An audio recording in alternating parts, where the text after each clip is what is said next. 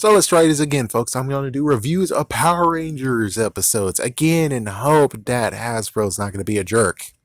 So anyways, we are on episode 1 of Dino Fury called Destination Dino Hinge. So first things first, we got introduced of Pink Ranger's legs. Like, yes, the Pink Ranger's legs is the first thing you get to see in this episode, which I'm like, okay, that's new. So we get the introduction of the Pink Ranger, who actually works in Buzz Blast or something like that. Which technically for me it rings as BuzzFeed, but they can't say that because, well, copyright and stuff. So she does stuff, and it's a channel and stuff like that. And apparently she believes in ghosts, so she's looking for ghosts. And she was able to get her boss to allow her to go to Dino Hinge in search of ghosts.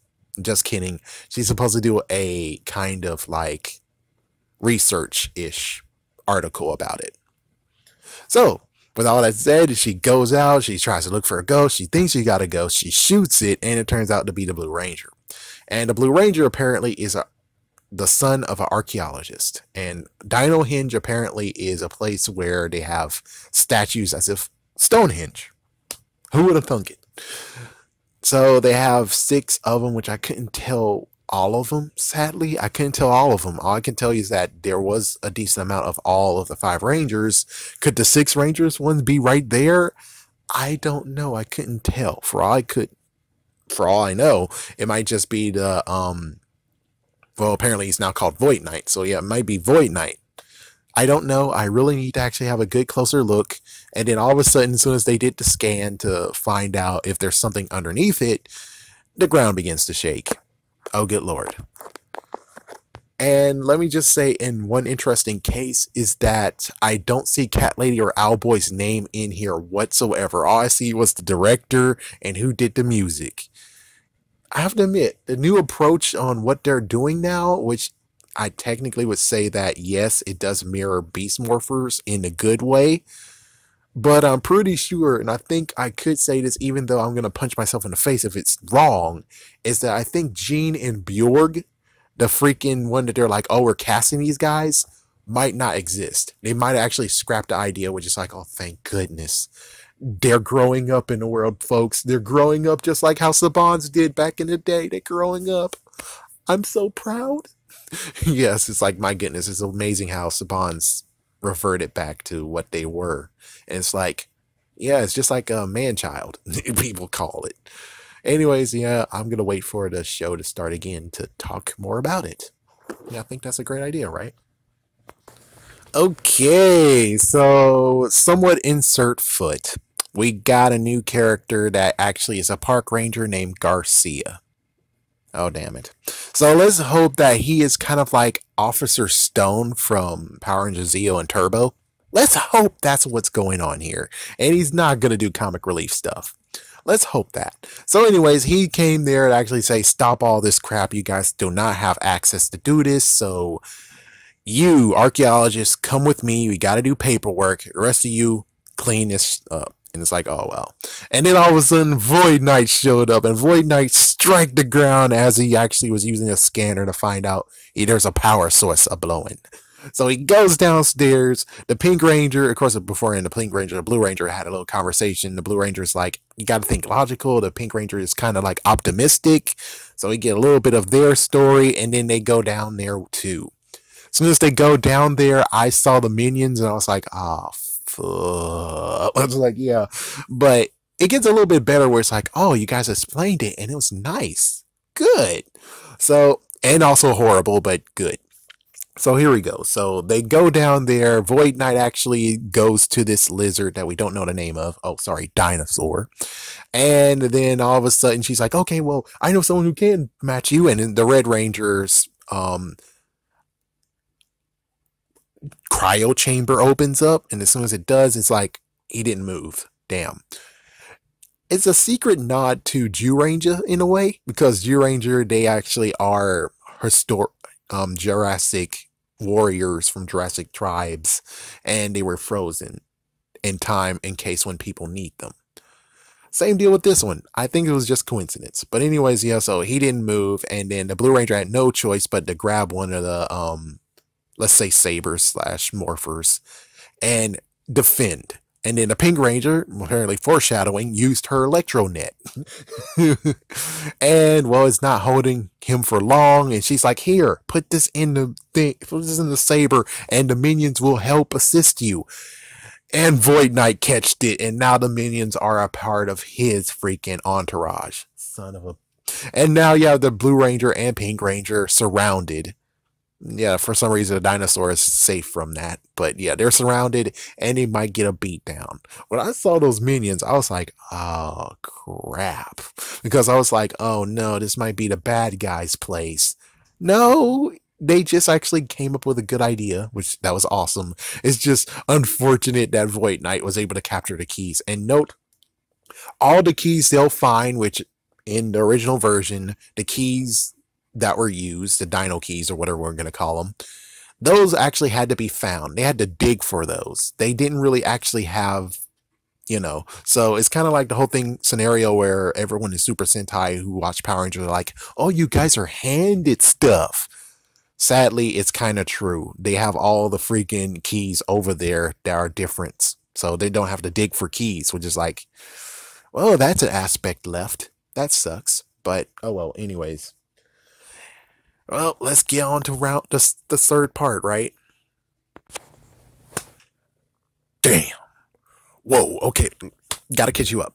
So here we go. So we return, and well, there's a little bit of an issue now. The Blue Ranger actually knows how to wield the saber a little bit, the sword, and Pink Ranger does some good stuff, and she's able to dodge and everything. She's quick, and eventually, finally, she gets the saber, and I'm like, about time.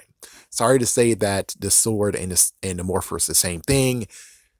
In the original version, in the original, before anything, that was supposed to be the morpher as well. But even when it came to the actual series that is based off of, or originated from, the original form, they eventually did put morphers and swords to differentiate. Why? Don't ask me. So eventually, they both have the swords, and they're surrounded again, and they start to glow, and then all of a sudden, the morpher shows. And then when it comes to the dinosaur, which don't know how to say her name yet, she actually found that there are the Dino keys, and she threw them to them, and they morphed, and now they're actual Rangers. Oh my goodness. And Void Knight's like, what? So meanwhile, Void Knight uses the freaking scanner, finds what he's looking for, which is Sporex. It's kind of funny, people were trying to theorize what is Sporex, and well, it's basically the new thing that is different from the original content, which is like, yeah, the original version, aka Ryu Soja. Instead, now it's something that they technically might have. Actually, it's not even they took from Go Buster / Beast Morphers, what it's supposed to be. It's like, no, this one's actually brand new. So the Sporex turns out to be actual eggs that grow and turn into monsters. And they know nothing but destruction. So sadly, freaking Void Knight was about to take them, and then the Red Ranger finally woke up, thank goodness. And apparently the sword can turn into a dagger as well. What? So the freaking Sporex storage opens, and now they're flooding everywhere, and oh crap, they're now loose. And well, Void Knight actually retreats, and I think he took some of the soldiers with him, question mark, whatever, and he sealed the place so that the Red Ranger couldn't actually follow him. He found a Sporex, and now it grew, and he's like, you come with me. We have work to do. We got to grab all the other Sporexes out there. He's like, yes, master. And they go. So then, of course, we get the story of what happened, which is 65 million years ago in another planet that isn't a planet that we know about before. There was a freaking war with the Sporex. And then they kind of failed. The Knights failed. They go somewhere else. They go to Earth. They fight at Earth. There's Morphin Masters now. Morphin Masters are now canon, extremely canon. And they actually gave the Rangers, well, first, they kind of did a little bit of what Keeper did once, which was kill dinosaurs. So they actually froze 6 dinosaurs in carbonate. Not really, but still, they froze 6 dinosaurs as statues. And they actually gave the Ranger's powers. And of course, we already get a hint that, hey, there's the Gold Ranger. It's like they're not going to even keep it secret. They tried to, but no, they can't keep it secret at all. They said, fuck it. Because it's like people were able to search online and find out. So it's like, fuck it. So, yeah, the story of that. And then they found that all the comrades died. Only the Red Ranger still is around. The Sporix couldn't be destroyed. So they stored them and hid them and defended them, but he fell today. So now the Sporix is out there. As soon as they grow, they actually will become monsters and start raiding the place. And oh, frick, they could be anywhere. So, oh, good Lord. But at least right now, the good news is that he's like, well, you guys going to have to train. For you to actually be able to fight, you guys got to train. So it's like, are you ready? And like, there you go. Wow. Wow, man. They really went serious. And sadly, I don't know. I think Cat Lady and Owlboy are both fired. I'm pretty sure they both got freaking damn fired and they're gone because there's no freaking jokes in here at all. This is basically Power Rangers in space attitude, where it's like, we don't have any time for freaking jokes here.